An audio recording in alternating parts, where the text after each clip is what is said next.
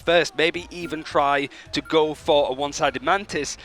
But because we are seeing OUG sort of play more of a 2-2-2 setup, having that character in for DRP, or both Dewey can also play that character, means that they're going to try and go for that first. Meanwhile, Citadel Gaming, they want to give Tanuki to Jeff.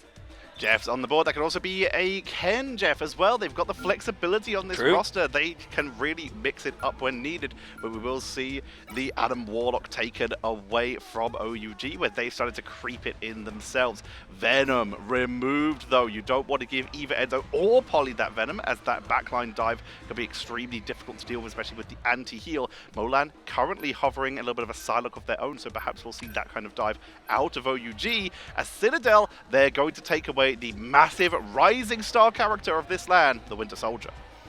Yeah, just one of those characters when it comes to the duelist. Like, he suits a lot of different compositions now. It seems that Bucky is just the most well-rounded, most resolute, I think, for duelists. You know, Psylocke can sort of sit in those positions. It's anti-dive, it's protection, it's burst, it's everything. It's always decent, but a protect on the Emma Frost, because it wasn't actually banned out from OUG, means that it sort of balanced itself out. Both teams are want to trying to play it, and certainly when you've got OUG actually banning out the Venom and the Cap, just making sure that you have some option there to work with is a solid one. And the Adam is going to be the final ban for OUG so far.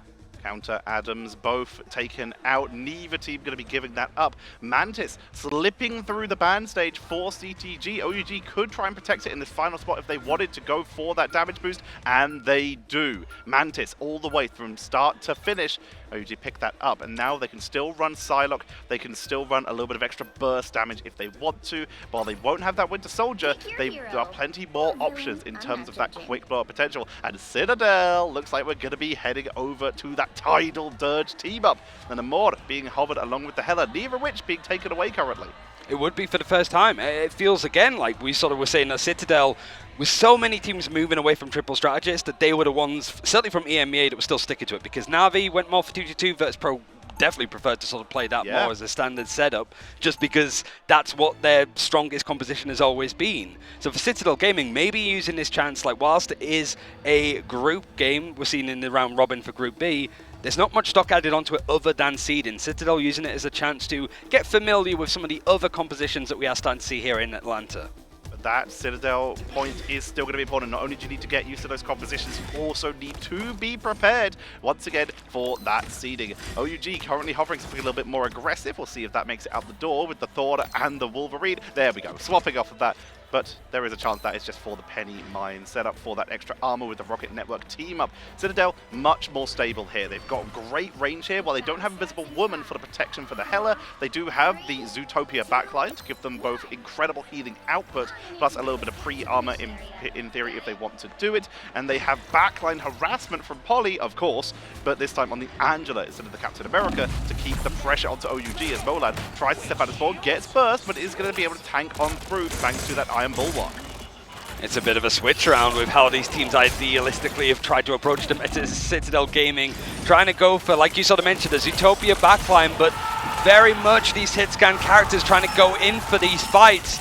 The chaos is already happening, having got the other streams so far, but for OUG, able to get the first pick onto Enzo, but a be right back means that he's going to be back into this engagement, just on the edge of OUG, actually taking the objective. There's one player that's actually come through, that's actually found his way to stall in for Citadel Gaming.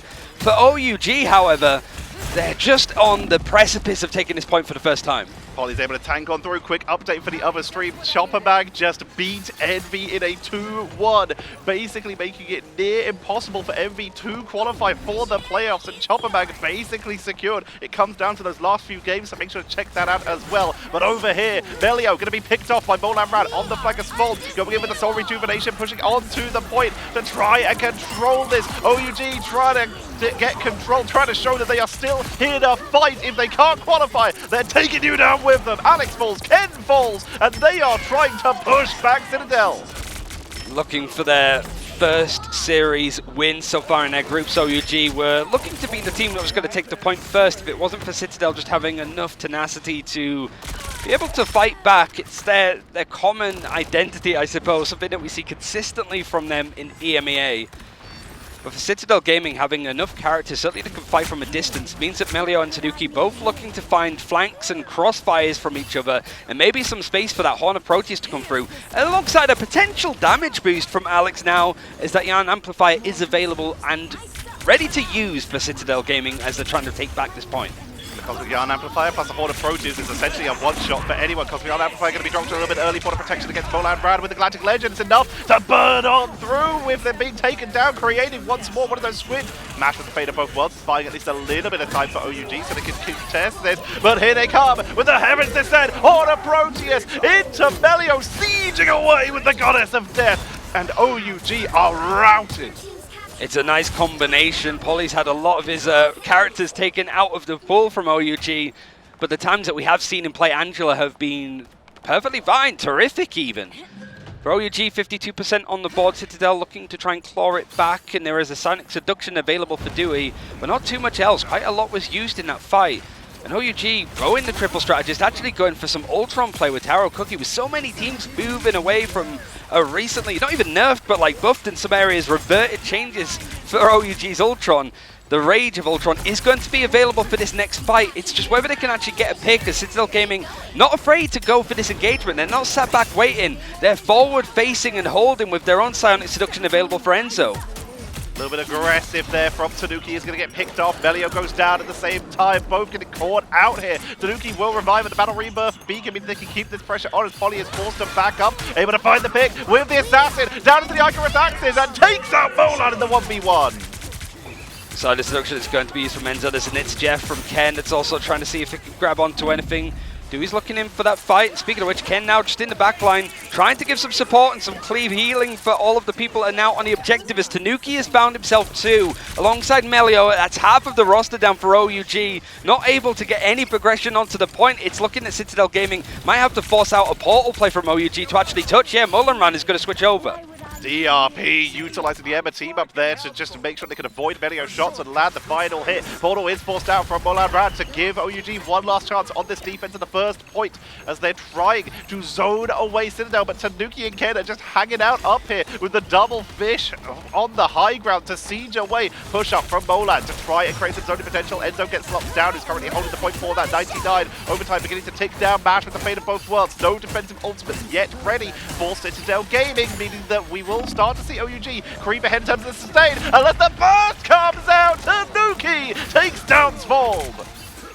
So far, Citadel holding on nicely. OUG running out of options here. Zabira back has been used.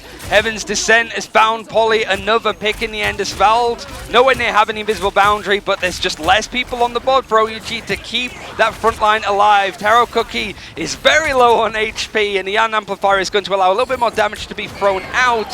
Citadel Gaming not willing to give this up now. There's still a respite. OUG, even if they take the point, they still have 48 points of progression to get. But they have to jump off of the point for a second. The Citadel Gaming take first. Citadel in control, able to push back OUG. OUG making them fight for it, but that high ground control seems to be really what's getting Citadel these points. And then when they choose to strike, Tanuki and Melio are always on the flank. They're honestly playing a bit like Polly today, where they're just wrapping around and popping out when you least expect them, getting huge burst damage and then retreating, not getting picked off that many times. Polly only going down once. Melio and Tanuki will go down the most in this game alongside Ken for the side of Citadel. So far, Svolb and Mash are suffering for that. We're talking about how they're flanking often, and of course the strategists are the ones who will get punished by that. Not to mention that you have got the one-sided Mantis that wasn't in play at all from OUG in that last round. Now they've decided to try and pick it up, and it makes sense, even if it wasn't really as hard meta as it seems to be at the moment. This second point that we're seeing on Benim T'Challa is so good to have the name on the Hela, because there's so many open sight lines, the crossfires, just the bunkering that can set you up once you take that point first. But OUG, they don't have any ultimates to work with. In fact, it's just Melio that has got that Goddess of Death handy, and Alex not too far away from having another Yarn Amplify themselves. Which means they're going to have a huge amount of burst damage, and you look at what OUG have to deal with that. 60% on the Soul Rejuvenation from Svolb, Mash 20% towards a Fate of Both Worlds, meaning that they do not have any kind of defensive tools to deal with this, but they do have numbers advantage, as Polly is the first to fall. Melio's going to pull the trigger, not even needing a Cosmic Yarn Amplifier here, so just going to go into that Goddess of Death. The Mind's Aegis will block it, Magnetic Curtain also blocking a little bit of the damage, and they are just not finding much here.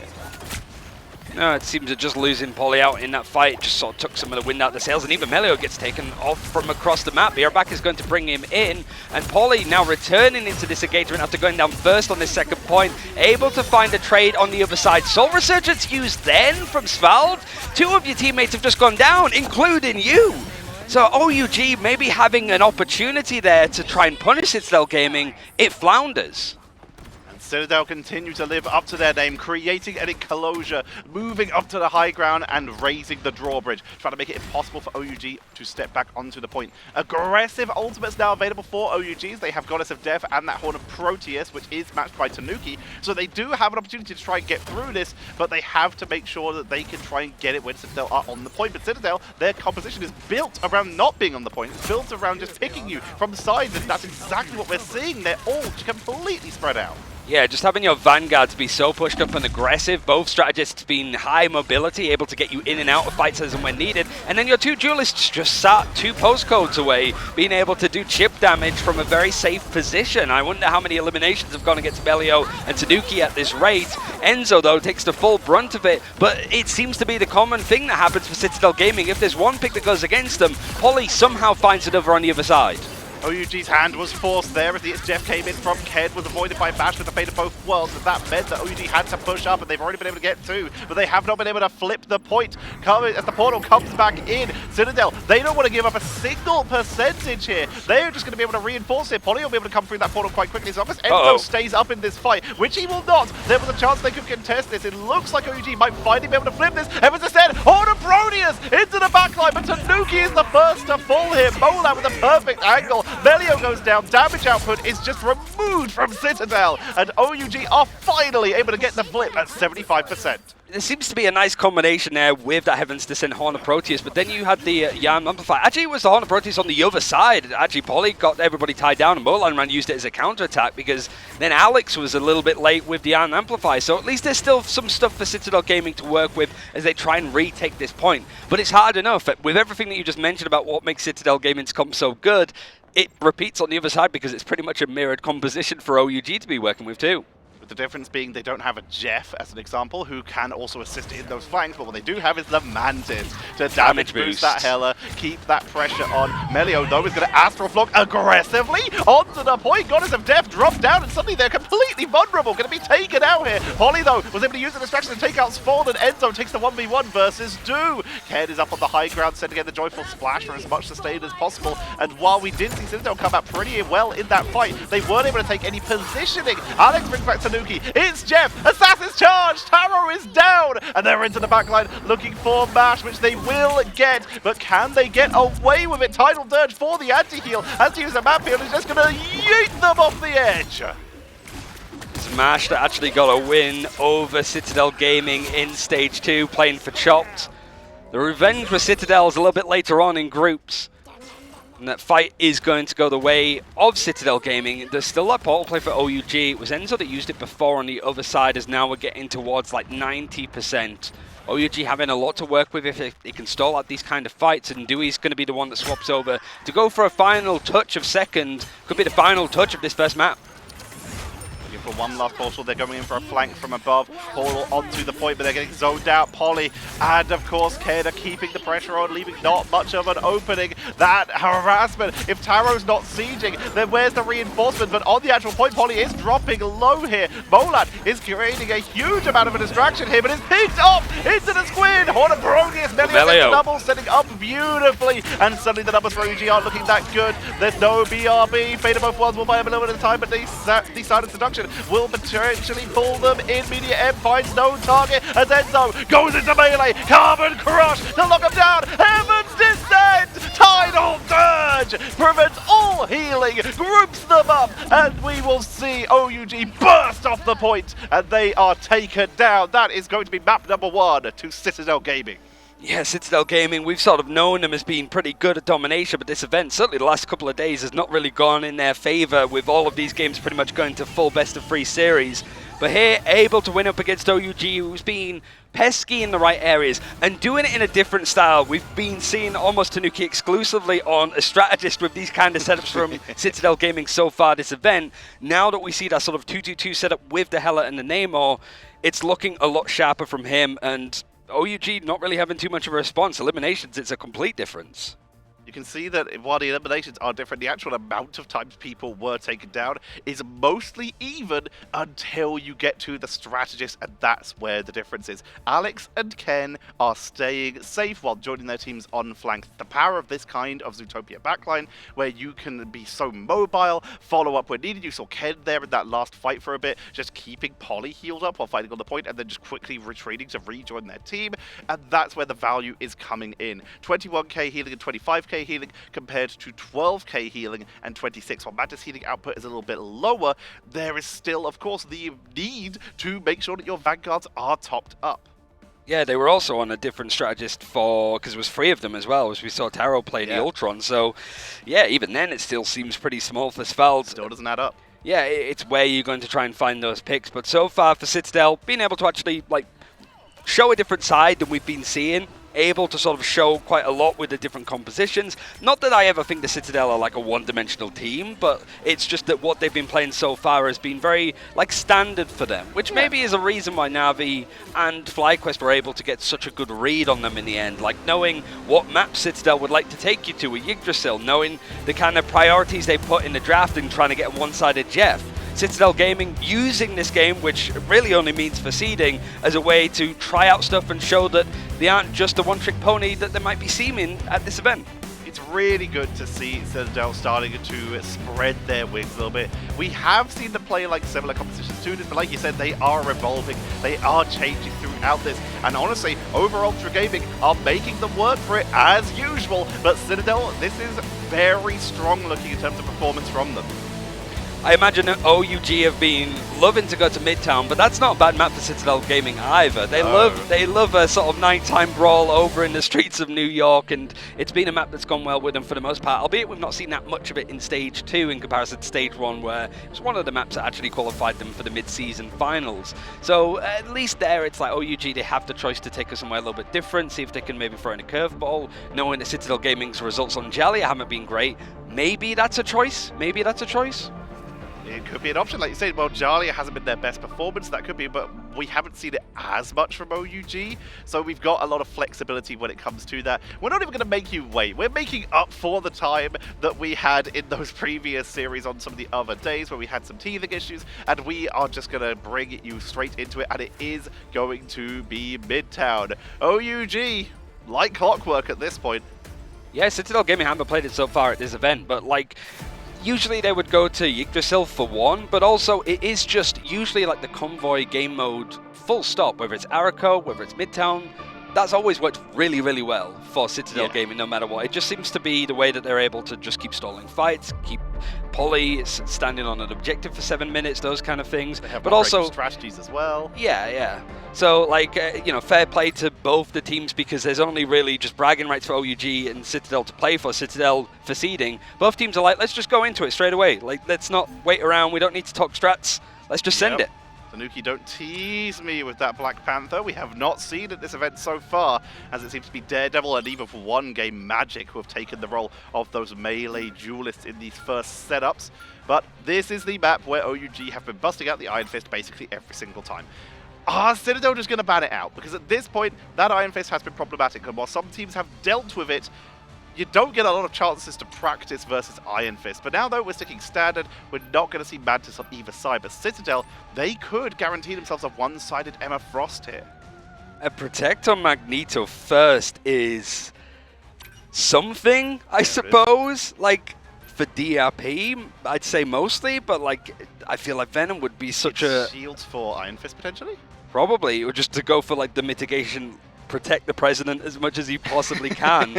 But Citadel Gaming, going for something that we are seeing a lot more outside of one-sided Mantis to one-sided Jeff, is the Emma Frost. So this time, in the last map at the very least, Emma Frost was protected from both teams. It meant that there was no ban, so a one-sided Emma Frost on a game mode like this, smart from Citadel Gaming. Lots of teams going in this direction too.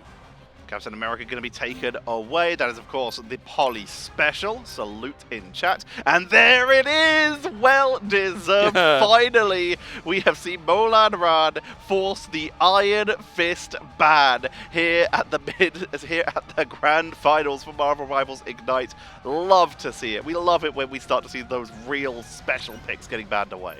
I'd count that as a win for OUG. They take the map. It feels like a sort of Exodia moment of like, all right, you've been forced to ban out the Iron Fist. It's chopped. It's done. But it does genuinely make sense for Citadel Gaming. If there's characters that you're worried about and like all of the synergies that can make up to it, especially with, like you said, if you're sort of protecting the Magneto because it's how it's going to play with the Iron Fist, it basically makes it all for naught. The Adam is going to be banned out too. Knowing the Citadel Gaming, your triple strategist, Adam Warlock is in there quite a bit. And the Venom is also banned out, so it is just trying to go for the divey compositions for Citadel Gaming, to go for something a little bit more brawly in their approach. Stuff like Groot, we're seeing a lot more of at the moment. Adam going to be one-sided saved here. Last ban for Citadel. They don't have Venom on their own side, so they choose to take away the Jeff from their opponents, as they had the option to either ban out Venom or Jeff, and it looks like Jeff will be the priority here. The first objective point, Venom can be useful, but you'll see, like you say, a lot of teams lean more heavily into Groot and stuff like that. So with that Jeff taken away, you're at least removing that extra movement speed and some burst damage, and importantly, it does mean that Citadel now have a one-sided Jeff, which OUG do not have in Citadel. While they haven't used it in a while, that's teasing us. I don't know if that's coming out the door from Tanuki. Can you imagine? Please. Because I think that says a lot, though, because it is, like, I think a lot of teams, when talking about Sparker from Virtus Pro, there was a genuine sentiment that came out quite a lot. It's like, why is Sparker one of the best duelist players in the world on a strategist? Doesn't matter which strategist. Why are you putting LeBron in goal? It's that kind of vibe. So I think here it's a little bit of like, if you know, Tanuki with the Jeff compositions, it hasn't been working out. He is on defense. He is locking it in. This is just sending a message. But I would have loved to see a head-to-head Iron Fist here, you know? Defensive Iron Fist as well. OUG have mostly been using it on attack, so this is interesting. But the thing I was going to say before I get distracted by Tanuki aura farming is the fact that Tanuki is their Storm player, and Citadel, having a one-sided Jeff, opens up the strategy that they've used quite a few times at this point when you're dealing with triple strategists, taking them out via using Jeff Nado. But this is aggressive from OUG. They've got Venom and Thorn as the front line, with the Wolverine and the Star-Lord here as the back line. They are going heavy on the damage. I was hoping to see Molan Ran actually pull out some Daredevil, really. I think that works. Tanuki, well, we didn't see much of the Iron Fist on screen, and DRP, who's over on the Thor, takes him out near enough instantly. It's the Emma Frost is able to grab him up. The disengage is going to be a little bit tricky, even when you have the crystal connecting onto him. Damage not quite there. Molan Ran is taking a big hit, able to just survive by the skin of his teeth, and Tanuki's going to be back in this engagement still on the Iron Fist. Extra mobility, very quick character to reinforce onto the point here. Molan Ran's just looking for someone to pick up, see if they can get a quick pickup, but no, they go down. Holly once again showing that not only are they a dive tank, they are an extremely proficient Groot. And Tanuki rejoins the fight, going to try and chase down that Thor, look for the run back. Get back here, DRP! Entering into the 1v1, the percentage damage is going to be good, but the crowd control the DRP does offer does make this fight a little bit more difficult. There's the lightning domain. Tanuki forced to back away. That awakening rune, a little bit hard to deal with. And Tanuki's actually getting chased down here. Psylocke not respecting the 1v1. Molan Ran with the pickup here. Deflect, dive away, Guardian Shield, and they've rejoined the team. Pretty sick. I mean, if I had seen that fight of like Tanuki on the Iron Fist going up against DRP's 4 in that corner, I would have just assumed it was AI if I just saw the clip, you know what I mean? It's just a little bit unorthodox, but that was always the strength of Citadel Gaming with how they're sort of working. Molan Ran switching away from the Wolverine over to Psylocke, has the ultimate, already picked up 2, picked up 3, without needing to really do anything else. So that's in the back pocket, as well as a lot of stuff for OUG. A very clean fight with a small dedication on the Amplifier and the Feast of the Abyss, which is a lovely combination. Setting themselves up very nicely here. God of Thunder coming in for the first engage on the setup after the re-engaging through a portal of Tanuki to bring back this fight to allow Citadel to keep this going. Silent Seduction coming on out from the side of Enzo to see if they can lock down anyone of OUG with Mash Fade of both worlds, though they are attacking through this quite nicely. And with its Jeff nowhere near, suddenly Citadel are extremely vulnerable to Molan Ran, who's trying to find the right angle here for Dance and the Butterfly to melt on through Guardian Barrier to try and absorb it, but it just will not be enough to protect Melio. And they even get Enzo before being taken down. Vagamoto only connects onto Mash, and I'm not seeing that HP. Oh no, there it goes. It started to dip away. Able to survive just a little bit more as Taro Cookie has a Galactic Legend in hand. I feel like now's a good time to use it, but it might not even be needed. You've got the Portal play and everything used from Citadel Gaming to keep stalling out this engagement. And whilst Polly did have the Strangling Prison, you don't want to use it here. Feels that Citadel Gaming are able to stagger out these fights a little bit and just keep buying as much time as they can, but it feels like it's been a while since we've seen all 6 take this coordinated effort together. Strangling Prison coming on in for the setup to try and lock them down. Taro's got a good angle here, and Citadel aren't seeming to find the defensive position as in comes the Jeff onto the backline, gets the Luna, but there's nowhere near for an environmental to take them out, so it's just going to try and remove them from the borders. DRP is popping off, gets the triple, and Citadel Gaming's defenses are disintegrated again. The structure falls, and OUG continue their push. Yeah, it's so far working out pretty well for Citadel Gaming. Tanuki switching onto various characters, having to move up to the Strange. Now back onto the Star-Lord. And Melio now actually is over onto the Rocket, so you have triple strategist. It is just a moving chairs around. Tanuki back on the Jeff, there we go. And so now, yeah, it seems to be what they're trying to build around. Nice to see Melio a little bit on the Bucky as well, just a character that we've not seen Citadel Gaming play all that much recently. And a little bit precarious from Dewey as Polly's managed to be able to grab the catch and the counter-attack on this defense coming in thick and fast. And this is exactly what we need to see from Citadel. OUG were going for Thorn and Venom. How do you deal with that? If your opponents, they even had Psylocke and Star-Lord at one point, which they still do, you need anti-dive. Your opponents are trying to pressure your backline, and one of the best options there is Bucky, the Winter Soldier. And Melio is going to be reacting with that, with Enzo bringing up one of the other best options, aka that Emma Frost. The Thor's very good when you have these very death ball compositions that can't move anywhere, but when you're picking a fight with Jeff that is just incredibly mobile, there's only so much that DRP can do. He's going to switch over to the Venom to allow a little bit more of that dive composition alongside Dewey that's on the Magneto. That's the butterflies used from Molan Ran, but it seemed very out of sync of what everybody else was doing. Enzo's going to use the Silent Seduction alongside the Fate of Both Worlds, which I think was forced out from Molan Ran's ultimate just a few seconds ago. Chasing on in, looking to put some pressure onto that point and force him to retreat even through that Fate of Both Worlds. Galactic Legend comes on in, but Polly has already set them up. Taro's just looking for a trade-off at this point. Polly is chased down, but is able to retreat around the corner. It's Jeff for a little bit of extra protection for the team with the extra healing as Melio looks to duel, can't land a Trooper's Fist. Tainted Voltage comes in, and now it's Tanuki on the chase to try and get Taro, but the healing output is too good from Svold. Has to disengage all the way back out to Spawn. Might be looking to change up the character from the looks. Yeah, Molan Ran is going over to the Storm. Taro over onto the Bucky. So not the Jeff Nader on one side, but they just want to go for an ultimate that's going to harass exactly what Citadel Gaming are trying to set up on this defense. So they're mostly playing close in together. They moved away from the Rocket themselves. And right now it's just a triple strategist, both set up again with Ken having to use the invisible boundary under a lot of pressure. Enzo goes down in the middle of it though, just from all of this like damage that's been thrown out. And Feast of the Abyss waiting for DRP, seeing what he can kind of grab up and stack himself on. And the follow-ups there, at least from Molan Ran, the Storm has actually been working out quite well for them so far. The pressure's working extremely well. Taro onto that Winter Soldier as well, giving them some extra harassment and some crowd control of their own as DRP is trying to zone Citadel Gaming away. Cart moves forward 2 bodies, so it's at half speed here. Try and make its way onto the point. Enzo getting sieged on in there. With the extra pressure, back with the AoE shots, knockback with the man cannon. But everyone here is here for Citadel to try and defend this with only Meteor M available for OUG yet. Strangling Prison from Polly for the opening of the fight, forcing the retreat as do try to protect their team, but they just can't do so. Completely wrapped around. Molan's going to return, but no one else will. Tanuki is going down. The numbers just aren't in their favor right now. The Meteor is popped. It finds nothing. Omega Hurricane has to be used just to make sure they can keep bodies onto this point. The damage output is good. Kraken Impact to try and finish the job as Melio is resetting through the point, removing the bodies, but time has been bought. Seraphis is going to portal back onto the point to give the extra couple seconds. Wolverines come back from Do as well, so they can try and force people off the board. With everyone dropping low, DRP is going to Thorn for extra rotation. Cosmic Guard Amplifier for a little bit of bonus health and some extra damage. It's Jeff, was able to grab at least one. The cart moves forward as Citadel have to rush the point as they got Taro removed from the board. Tanuki with the protection, and finally, OUG step off the point. There was not enough wick left. Just a brief moment for OUG to jump off of the point was enough for Citadel to stop it just before the second checkpoint.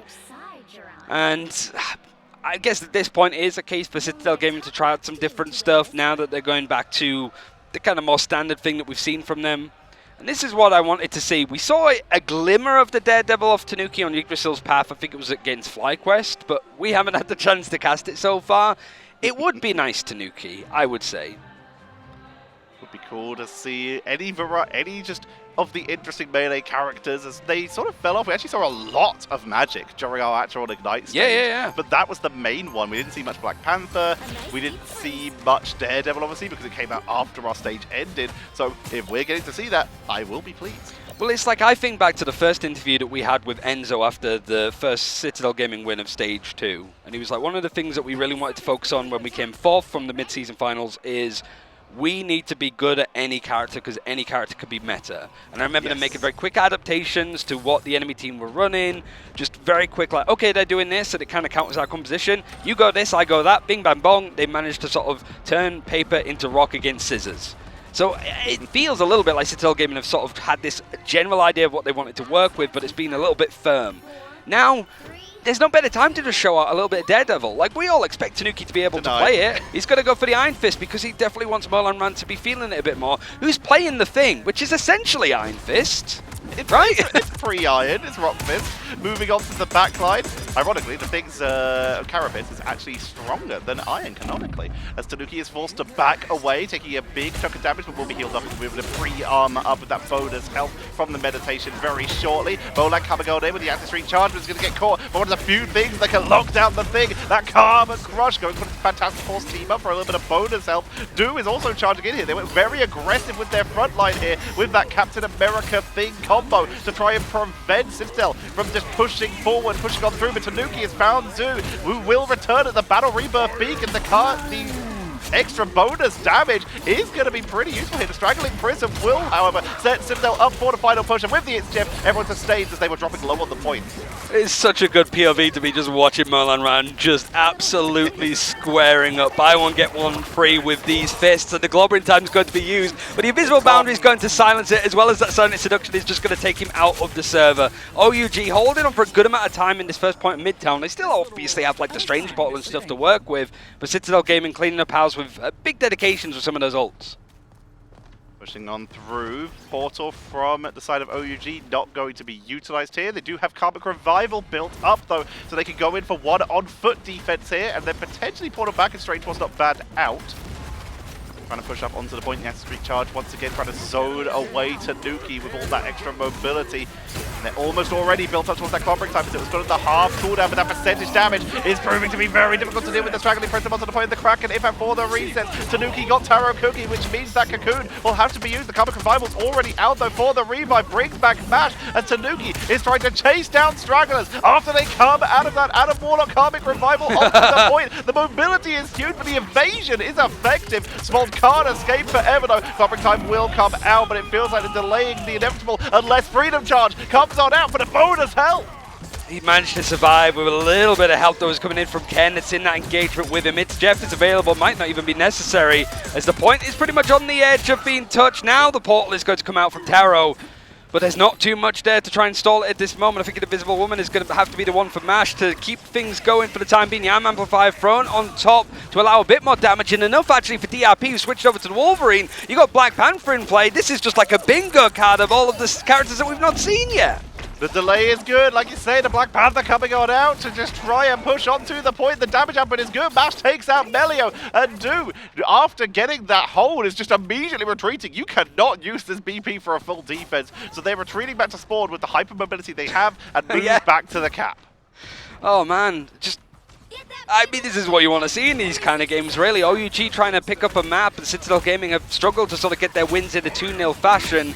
Have to try and push things a little bit further as they're less than a minute down. There is, in the hands of Polly, that Strangling Prison. He's waiting to see if Melio can get online with a Kraken's Impact, because that combination is so good at clearing out the fights. Last Stand is going to go into the Invisible Boundary for OUG. It's a perfect pick on to Alex, interrupting the Invisible Boundary that they just set down just a second before. A great pick in the end for DRP, who's the tank player, the Vanguard, able to switch over to this role. Just the adjustments that OUG made after this portal play seem to have been working. There's 30 seconds left for Citadel. Drive them back one more time. Citadel have to regroup with 20 seconds remaining. Looking at the ultimate economy here, we have that Strangling Prison. We're about to have it's Jeff and Living Chi, and of course Kraken Impact, whereas OUG, all they really have is that Cosmic Yard Amplifier, and they're about to have Aya Magamoto. But with DRP down, they're just going to have to rush on in on something fast. The Wolverine should do the job. Using the elevation, pulling them into the bus, and that bus could be taking Citadel to a higher seed here if they can keep them trapped. Tanuki into the backline with the Living Chi, but he's not able to find anyone in the backline. Aya Magamoto comes on out. The immediate focus, it's Jeff. Swallows multiple members, trying to take Strange away from the point to keep them far away from their team.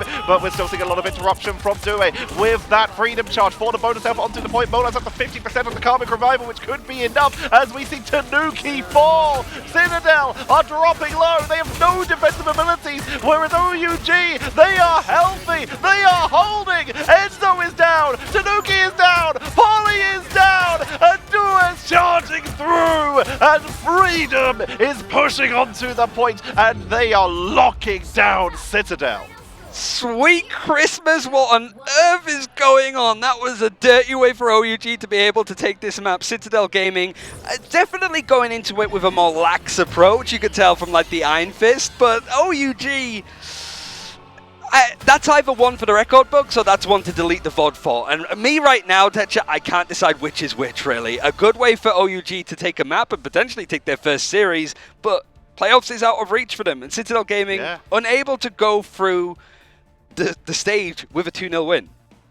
Due, well-deserved MVP there, by the way. The substitute coming in from Dream Plus in China, the Chinese substitute for this team, and they saved that point so many times. They dived the point, they sustained with freedom charge for any extra sustain they needed, and they were able to delay long enough for Portal to come out from Taro Cookie. Just absolute chef's kiss play from Due.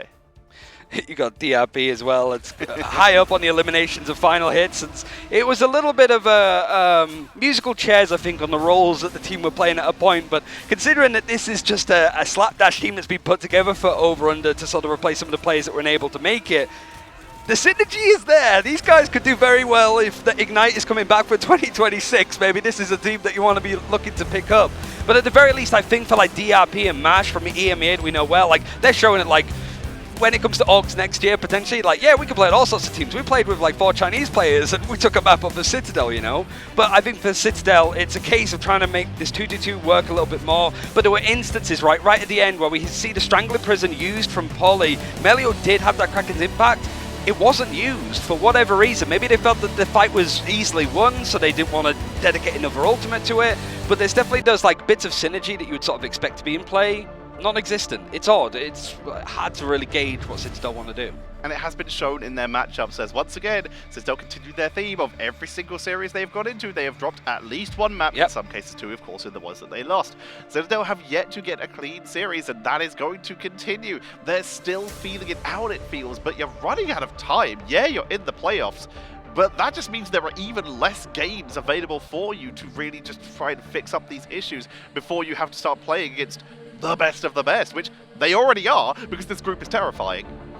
I imagine, my general sense is because we did like have no break, we just ran it straight to map 2, that we would do the same. Like Citadel would just be like, yep, let's go here. The one thing to say is that usually they'd go to Yggdrasil, but because we've already played a convoy, we have to go to Convergence. So I think it is Central Park, so it's, you know, a couple of blocks away, I guess, in game, but it's something that we haven't really seen like twice, maybe at most. Also, complete segue. Oh no, you have it too, because you were telling me before about the top button stuff, Henry VIII. Like, because I was like looking in the camera, the feed, I was like, wait, you've got both your buttons up. It's a like, little hidden. Are you just throwing me asunder? But no. But we're looking at, I imagine it would be Central Park, but this is like a good chance. It's like they picked it once. That's how much they really try to go towards Convoy. Maybe you just got Heart of Heaven. Just honestly, for the poos and giggles, as they say. There's a lot of options here, like you say, with Central Park being one of their main options, Hall of Jalia not being an option that we potentially see from Citadel that Probably often. not. They seem to lean a bit further away from it. Heart of Heaven, though, would be the more wild choice, and with you already being qualified, maybe getting your reps in on that could be extremely useful for them. And they have chosen it. We've just been told by production, Heart of Heaven will be our third map in this series for Citadel to try and win this out and try and improve their seeding, or for OUG to go home with their heads held high. Yeah, it's a very like flub it we ball attitude, I think, for both teams to be showing. As we saw it a little bit from this group already, and OUG got a little bit of a try against FlyQuest as well, didn't they? Yes, so they like did. they're going to leave maybe the most experienced team on the new map, and I mean, they like to play Iron Fist. It would be like canonically like pretty set. I would love to just see the head-to-head. If you're going to go for it, like Tanuki, don't ban out the Iron Fist from Merlin Rant and then play it yourself. Like head-to-head, really like allow it. I think that's what they were saying in chat going into this. But we do get to see what Citadel want to do on this newest Convergence map, and both teams taking out the Mantis first. I want them just to find a domination map, just have Tanuki and Molad Rad just start in like the center of Hell's Heaven, and just whichever one gets the point wins. And they can just brawl that forever. We're heading on in. It's going to be a double Mantis ban, and OUG, this time they're going to take out the Jeff. While Citadel did not win with that Jeff, they did get real close, because once again, both Ken and Tanuki can play it, and they have some great eats on it. Could you imagine if OUG like one-sided the like Jeff and protected it, just to be like, well, you took our Iron Fist, we're going to take your Jeff? Like, it almost becomes petty in their approach. But Citadel Gaming really seeing that this is maybe like a triple strategist setup. You know, Mantis taken out, Adam taken out, trying to go for some of the stalls. OUG are going to be defending first.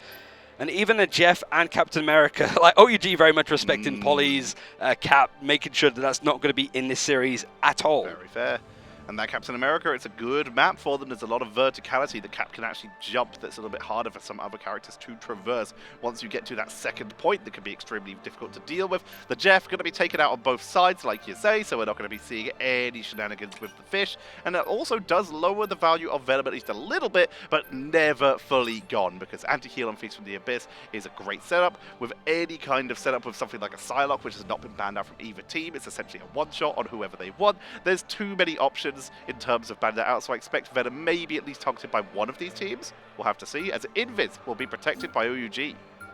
Bucky taken out right at the end. Feels like this would be a really good draft, I think, for Citadel if OUG were the kind of team to be running a lot of triple strategists, because with triple strategist, you would run the Bucky as your solo duelist. So, but like, I don't think OUG are going to mind too much there. You have got a one-sided Adam for Citadel that you can work with, probably on your defense, but maybe it's something that they want to get some reps on, because we have seen Melio picking up the Adam. I think in that case, it's like when they're running triple strategists, sometimes it's Melio, sometimes it's Tanuki going for this approach. And a Hella ban out. Like that. Means that you're not going to see that team up with Namor either if they want to go more of a 2-2-2. Would also be nice to see the Daredevil from Tanuki on this map. Again, it feels like canonically came out at the same time. Yeah, pretty nice. It feels like they go hand in hand, and there's no better chance to show off the new content, right, than esports. It's what we're here for, baby, I think. OUG have secured themselves the one-sided Helen and Maud, but the Venom composition is available for both sides. Citadel Gaming are the ones who are currently hovering it, whereas OUG don't seem that bothered. Both teams have themselves Everfrost as well. A lot of these big, powerful picks have gone through. The draft phase is extremely crowded right now in terms of who gets priority. I love these kind of series because, like, even though there's very little to play for, there's a lot of goofiness about it. I guess there is the chance of, like, Citadel, they don't want to lose out on that confidence and make sure that day 2 and day 3 are not just both days of losses. You'd pretty much be set as being the 4th seed coming out of playoffs as well at that rate, I'd say. For OUG, leaving with a win would be nice. And Tanuki's actually going to be on the Ultron as they're sticking towards this like triple strategist with Melio on the Psylocke. So I think they have access to the Bucky, no? Because it was them that banned it. They're going for something a little bit different. They have pre-armored up as well, so they are planning on actually rolling this out of Spawn. This is a map with some great sightlines for flyers, though, so there is some value to be gained here from this Ultron just as the essentially second duelist in the setup here. And you can see that with the fact that they have gone for a very healthy backline with the Invisible Woman and the Rocket. They can keep Polly and Enzo very sustained here. Don't have to worry as much about the drone. Tidal Dirge coming in to set up, but Polly just tanking on through, avoiding the initial setup there. Yeah, OUG actually being able to play this map once, so it was a close loss against FlyQuest, also the 3rd map in that best-of-3 series. And Enzo on this attack are able to actually get a pick onto the enemy of EMEA that's filling in for this OUG roster of DRP. And it's a little bit more scrappy considering the composition of OUG is to sort of spread out both the Namor and the Hela. They are being sort of hunted down by dogs for Citadel as they've just managed to find all of these picks, flushed them out, and taken a point seemingly in quick fashion unless DRP can go in for the portal play.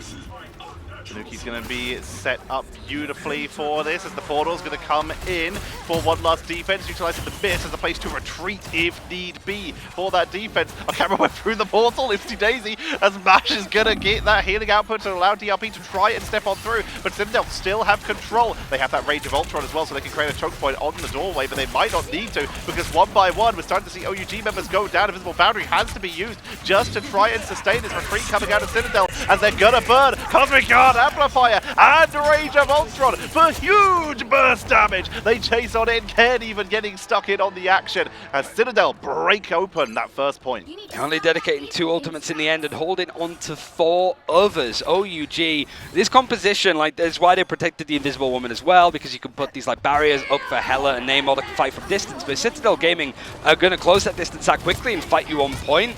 It pretty much is bringing a knife to a gunfight in these cases. Melio also finding Molan Ran just as OUG on this defense trying to back up, reset, group up together. At least there is a trade out as Polly on the Venom was taken out, but Melio wants to go for a little bit more. Dance of the Butterflies is going to string right into a pick on the side of Melio, but he's traded out. It's only that one that he's going to get. The Dance of the Butterfly had to be used. He got caught in that Soul Drainer from Taro Cookie, so had to drop it just to try and survive, or at least trade out. Forced out a couple moves from OUG, meaning the Citadel were able to keep this push going. But here comes DRP grabbing Tanuki, meaning that the interrupted is available here. The interrupt. French Venom once again returns. Wee!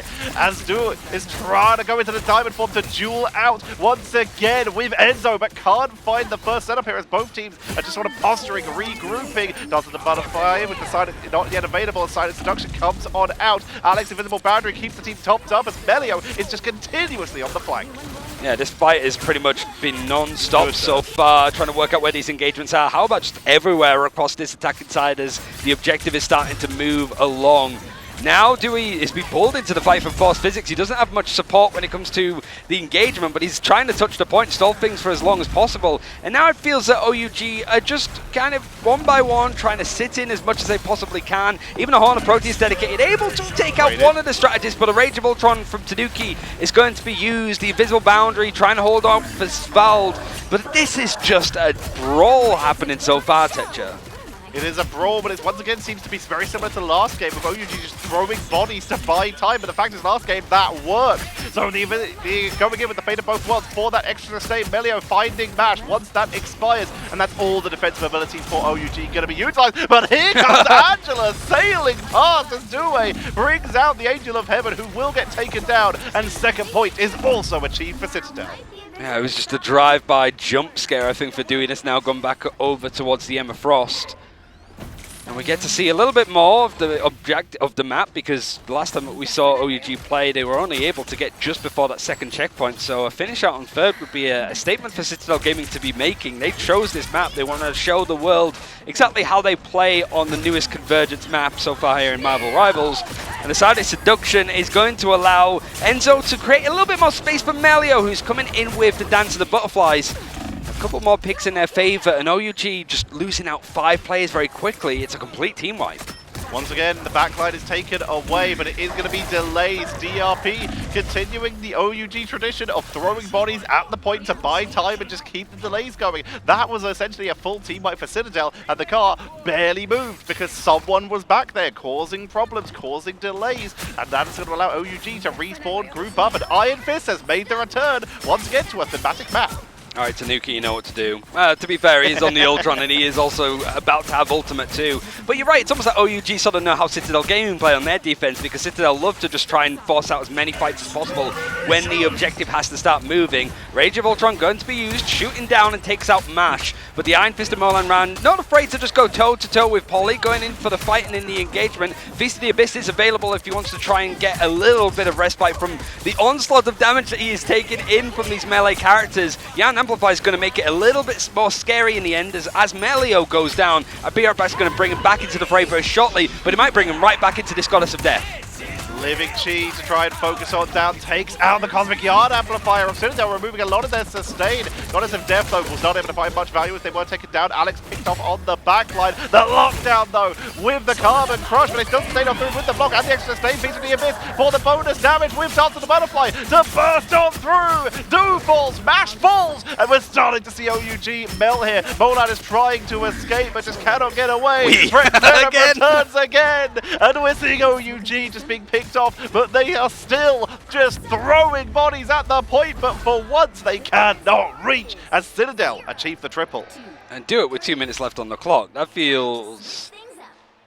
I mean, if I'm thinking of any other Convergence map, Jalia, Symbiotic Service, Central Park, if you've got 2 minutes on the clock and you finish third, it's done. No, like, OUG would have a lot to try to do to match this. And Citadel Gaming, I do like that we're seeing Ultron. You know, I could understand from stage 2 that he was very powerful. People might want to see a little bit less of him, but it is that age-old thing in esports of when a character gets nerfed, people think, oh, it's done, there's no point in playing him. Then people start to try and experiment with a bit more and go, oh no, actually he's still pretty good in the right places, and then he starts finding pick rate again. So at least Citadel Gaming showing everybody that Ultron isn't completely like down in a ditch somewhere. There are some viable moments to try and show him, and maybe it's a Heart of Heaven meta for Ultron in the future. Who knows? Honestly, just commit to damage. If you get good angles, good line of sights with some, just treat him as a damage dealer, then he does fit at least a little bit. But the fact is, where people are trying to use him, how he was used last stage, it's where we're starting to see the worries. That healing output just isn't enough anymore, as we're starting to look into our next point. OUG now on the attack. And so far, they're not going to mix it up too much. Taro Cookie's going to move over to the Star-Lord. Molan will be bringing out the Psylocke. 3, 2, 1. All you need to do is capture the mission area. It almost looks like OUG swooping in instantly. Dewey seeing if he could scout some information. Actually, he's just trying to cut this choke out completely. See if he can peel away this defense from Citadel Gaming. But if I'm them, you're keeping a keen eye where Dewey's trying to go in for this dive, but making sure that nobody else is able to follow up on him. But he's trying to scout out, take as many of the cloaks out of a position, make them redundant to an extent. Regeneration Domain's not going to have much use there. And Molan Ran also scouting out to see if there's a coordinated effort that they can put on together. Into the backline, finds the real Loki, and the Invis, and the Assassin's Charge. Goodbye, Nice. Melio. But in the meantime, DRP's been taken down in the front line, as has Mash. Meaning that a lot of these defenses, a lot of these attackers for OUG are already off the point. When it's starting to pick off people on the backline, they're getting punished in most of the other fights. Melio just returns from the cocoon and immediately gets the counter. He just gets his revenge, like call an ambulance, but not for me. So now, like, I guess getting the passive out for Melio is good. It's a good focus for OUG. There's not going to be that Bira back on the defense for Citadel Gaming currently, so just feels that outside of that play, the rest of OUG, the other 4 players, we've just not seen them so far on this attacking side. Now that they're starting to come through with Dewey that swapped over towards the Groot, whole different approach, but managed to get through this choke, as we're seeing, I think, Paulie jumping in on the Venom to get into the backline. It's now a little bit more scrappy in its affair, but Dewey finds a little bit more than he wanted, gets reset again. And with the Cosmic Cluster for a little bit of extra burst damage, but not able to find any targets at least yet. Polly dropped down to half, but is still keeping the pressure on. Will retreat off the point here. DRP build up to 100%, but can't seem to find much more to chase with. As OUG, they're going to move over to that Storm. They're going to try and get some damage bonus. See if Taro can maybe get some one-shots onto the side of Citadel Gaming for at least something on the very long range he got this first point. So the seduction going to be used against the invisible boundary of OUG's attack, and Polly gets caught by the Carbon Crush, able to at least escape for the time being, as DRP is going to use it on the other side. Invisible boundary is going to be traded, but look how many Ultimate Citadel Gaming have in their disposal as and when it's needed. Fate of Both Worlds is going to be used from OUG, but still, we're not seeing picks show up in the elimination feed at all. Trying to push onto the point, crack and impact. To push on through. Tanuki with the first reset onto Dewey, finds Mash isolated, but double lockdown, frozen into the diamond form. Carbon Crush. They're going to melt on through the rest of that. Heller as well. Back up into the backline with that Omega Hurricane, and OUG are creating an opening. They push on through. The Karmic Revival comes on Elba. CTG are going down. Portals coming out from Tanuki for one last defense. There's just so much like cleave damage has been thrown in from Storm with that Comet Revival. Harder to get the eliminations through it now though, since the rework of the ultimate a couple of months ago, a couple of seasons ago at this rate. But still, Citadel Gaming have found their way to stall things out again. Off Tanuki switching over towards the Stranger, go for the port play. Any form of delay that Citadel have had to use, they've now got everything out, but there's only 1 minute left for OUG to find stuff again. Able to at least take a pick onto Tanuki, but there's only 3-4 players left on the point for Citadel Gaming as the BTRM looking to clear out a few more from Dewey.